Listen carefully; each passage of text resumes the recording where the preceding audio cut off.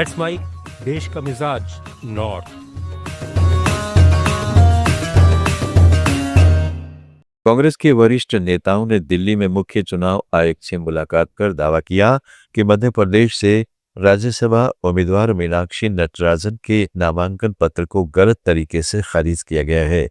केसी वेणुगोपाल, रणदीप सुरजेवाला, जयराम रमेश, सचिन पायलट, दीपा दासमुंशी, विवेक तनखा और अभिषेक मनु सिंघवी समेत पार्टी के शीर्ष नेताओं का यह प्रतिनिधिमंडल मीनाक्षी नटराजन के साथ चुनाव आयुक्त से मिला और फैसला पलटने की मांग की।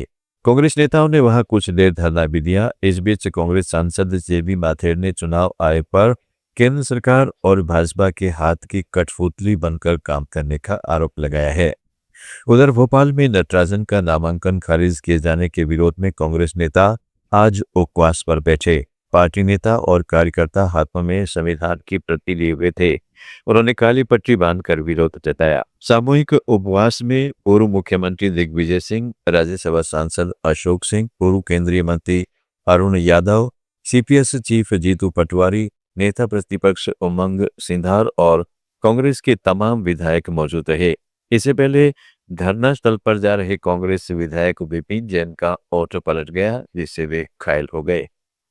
भाजपा के राष्ट्रीय अध्यक्ष नितिन नवीन ने दिल्ली में कहा है कि प्रधानमंत्री के नेतृत्व में पूरे देश में एक नया इतिहास लिखा गया है। मैं मानता हूं कि पूरे देश की जनता को आशीर्वाद और विश्वास प्रधानमंत्री मोदी को मिला है। यह उसी की ताकत है। प्रधानमंत्री का नेतृत्व हमें इसी तरह मिलता रहे। वो दीर्घायु हों। उन्होंने गरीबों की चिंता की है।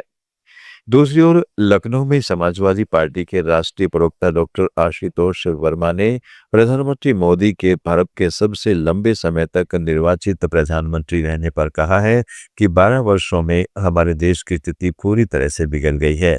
एक समय था जब हमें अपने घरेलू बजट के बारे में चिंता करने की जरूरत नहीं पड़ती थी और हम बचत कर पाते थे, पर आज स्थिति ऐसी है कि लोग शिक्षा के लिए कर्ज ले रहे हैं। दिल्ली सरकार ने ईंधन की बचत, प्रदूषण कम करने और पब्लिक ट्रांसपोर्ट को बढ़ावा देने के लिए नई प्रोत्साहन योजना शुरू की है। इसके तहत अगर आप ऑफिस आने जाने के लिए अपनी कार या बाइक छोड़कर मेट्रो और डीटीसी बसों का इस्तेमाल करेंगे तो आपको हर महीने सैलरी के साथ एक्स्ट्रा पैसे मिलेंगे। कर्मचारियों को 10% एक्स्ट्रा ट्रांसपोर्ट अलाउंस दिया जाएगा। यह रकम हर महीने उनकी सैलरी के साथ मिलेगी। इसके लिए कर्मचारियों को अपने हर महीने मिलने वाले ट्रांसपोर्ट अलाउंस का कम से कम 25% हिस्सा डीटीसी के कॉमन मोबिलिटी कार्ड में रिचार्ज कराना होगा।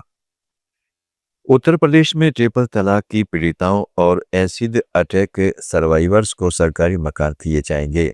सीएम योगी आदित्यनाथ सरकार ने तय किया है कि ऐसी महिलाओं के सशक्तिकरण के लिए उन्हें सरकारी योजनाओं का विशेष लाभ दिया जाना चाहिए। योगी सरकार इन पीड़ित महिलाओं को प्रधानमंत्री आवास योजना, मुख्यमंत्री आवास योजना, आयुष्मान भारत प्रधानमंत्री जन आरोग्य योजना और मुख्यमंत्री जन आरोग्य योजना से लाभान्वित करने की तैयारी कर रही है। शंकराचार्य स्वामी अविमुक्तेश्वरानंद पर बटुकों के यौन शोषण का आरोप लगाने वाले आशुतोष ब्रह्मचारी अब अपने बयान से पलट गए हैं। उनका कहना है कि उन्होंने शंकराचार्य के ऊपर फर्जी मुकदमा दर्ज कराया था। ये केस उन्होंने रामचंद्र दास के कहने पर किया था। इसमें कई अधिकारियों के शामिल होने का भी आरोप लगाया गया है। ये कबूलनामा उन्होंने एक वीडियो जारी कर किया है। जम्मू कश्मीर में बारामूला जिले के उरी सेक्टर में नियंत्रण रेखा के पास अचानक हुए एक विस्फोट में 2 सेना के जवान शहीद हो गए। सूत्रों के अनुसार कल शाम एलओसी के पास उरी के कमलकोट इलाके में सैन्य शिविर में हुए विस्फोट में दोनों जवान गंभीर रूप से घायल हो गए थे। घायल जवानों की पहचान महाराष्ट्र के एरोली निवासी चौहान विक्रम बालकृष्ण और शाकुरा निवासी अर्जुन जाधव और राजेंद्र के रूप में हुई है। उन्हें श्रीनगर के बादामी बाग छावनी के सेना अस्पताल में एयरलिफ्ट किया गया, जहां डॉक्टरों ने उन्हें मृत घोषित कर दिया। जम्मू कश्मीर, पंजाब, हिमाचल प्रदेश, हरियाणा, दिल्ली, उत्तराखंड, उत्तर प्रदेश और मध्य प्रदेश की ताज़ा खबरों के देश को लेकर को रोजाना सुनने के लिए डाउनलोड करें लेट्स माइक ऐप। जुड़े रहिए लेट्स माइक के साथ। आप सुन रहे थे let's mike more than radio. Follow कीजिए हमें हमारे सोशल मीडिया प्लेटफॉर्म्स पर।